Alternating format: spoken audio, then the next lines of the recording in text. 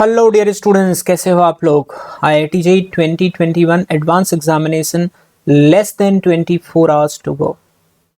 धड़कनें तेज हो चुकी होंगी, थोड़ा थोड़ा डर लग रहा होगा, लेकिन मैं ये कह रहा हूँ कि डरिए मत। अब आपकी साल भर, 2 साल, 3 साल, जितने टाइम से आप तैयारी कर रहे हो, उस तैयारी को परिणाम में कन्वर्ट करने का, परिणाम में बदलने का समय आ गया है। एंड मैं बहुत श्योर हूँ कि अगर आप लोगों ने ईमानदारी से मेहनत की है, एफर्ट किया है, रात दिन एक करके पढ़ाई की है, तो उस मेहनत को परिणाम में जरूर लाके दिखा दोगे। ऑलराइट बच्चा लोग, तो डरने की जरूरत नहीं है। याद रखिए, IIT JEE एग्जामिनेशन जिंदगी का आखिरी एग्जामिनेशन नहीं है। ऐसे बहुत सारे एग्जामिनेशन और भी आपके स्वागत में खड़े हैं जो आगे आपकी जिंदगी में आने वाले हैं। ऑलराइट, पिछले 1-2 महीनों में आपने बहुत सारी टिप्स, स्ट्रैटेजीज, सजेशंस, ये सब आप लोगों ने पढ़ा होगा। मैं भी अपने 4-5 पॉइंट बहुत कम समय में आप सबको बता देता हूं, ताकि आप लोग ध्यान रखें और अपने पेपर को बहुत ऑर्गेनाइज तरीके से करके आएं।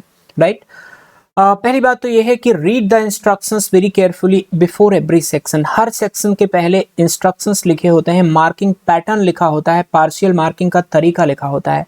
इसे आप अच्छी तरीके से पढ़ लो, वरना बिना पढ़े अगर आप शुरू हो जाओगे और कोई भी चीज़ गड़बड़ हो गई तो आपकी मेहनत के बावजूद भी, आपके सही होने के बावजूद भी आपके मार्क्स नहीं आएंगे। Alright, set the sequence.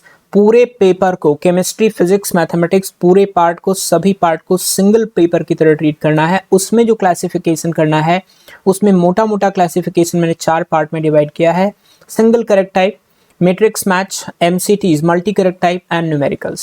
Alright, single correct type questions क्योंकि सबसे आसान होते हैं, तो तीनों पोर्शन के, फिजिक्स के, केमिस्ट्री के, मैथ्स के सिंगल करेक्ट टाइप क्वेश्चंस पहले अटेम्प्ट करना हमेशा फायदा देगा। राइट, उसके बाद आप मैट्रिक्स मैच करिए, क्योंकि मैट्रिक्स मैच में स्क्रीन पे सारी इन्फॉर्मेशन लगभग दी हुई होती है, सिर्फ आपको फैक्ट्स को मैच करने होते हैं। अगर उसमें 2 कॉलम की मैचिंग आती है तब तो आसान रहता है, लेकिन अगर 3 कॉलम की मैचिंग आती है तो थोड़ा टाइम टेकिंग है, लेकिन अगर आप केयरफुली ऑप्शंस देख करके करेंगे तो जल्दी हो जाएगा। मल्टी करेक्ट टाइप क्वेश्चंस के अंदर क्योंकि पार्शियल मार्किंग होने का चांस रहता है, नेगेटिव मार्किंग भी होने का चांस रहता है, इसलिए इसको बहुत केयरफुली हैंडल करें। राइट, अगर आपको बिल्कुल क्लू नहीं मिल रहा हो तो उतने ही पोर्शन मार्क करिए जितना आपको आता है। ठीक है, एंड लास्ट में न्यूमेरिकल, क्योंकि न्यूमेरिकल्स निकालने में, कैलकुलेशन करने में समय ज़्यादा लग जाता है, इसलिए लास्ट में करें तो ठीक रहेगा।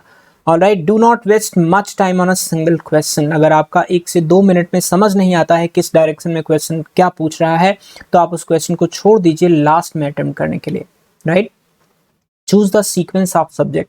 किसी एक सेक्शन में, मान लीजिए SCQs में आपको सीक्वेंस शुरू करनी है, तो बेटर होता है, मेरा सजेशन ये रहेगा, केमिस्ट्री पहले करें, क्योंकि केमिस्ट्री ही ऐसा सब्जेक्ट है जिसके अंदर थोड़े से क्वेश्चंस, 4-5 क्वेश्चन एक पर्टिकुलर सेक्शन में ऐसे मिलेंगे जिनको पढ़ते ही आपका आंसर आ जाएगा या नहीं आएगा, एटलीस्ट आपको टाइम नहीं वेस्ट करना पड़ेगा।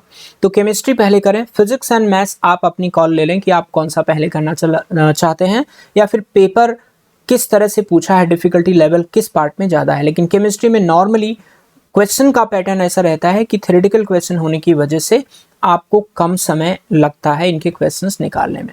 Allot unequal time of all subjects, मतलब ये है कि केमिस्ट्री में सबसे कम समय दीजिए इन द सेंस, अगर बहुत टफ आ जाए इट्स अ डिफरेंट मैटर, लेकिन नॉर्मली केमिस्ट्री में सबसे कम समय लगता है, तो जो लेंदी हो, डिफिकल्ट हो, उसमें आप ज़्यादा समय दीजिए। केमिस्ट्री में कोशिश करिए कम से कम समय में आपका हो जाए। ऑलराइट, तो ये 4-5 पॉइंट थे जो एग्जामिनेशन के पहले मुझे आप लोगों को कन्वे करने थे। मुझे लगता है आप लोगों की मेहनत जरूर सफल होगी।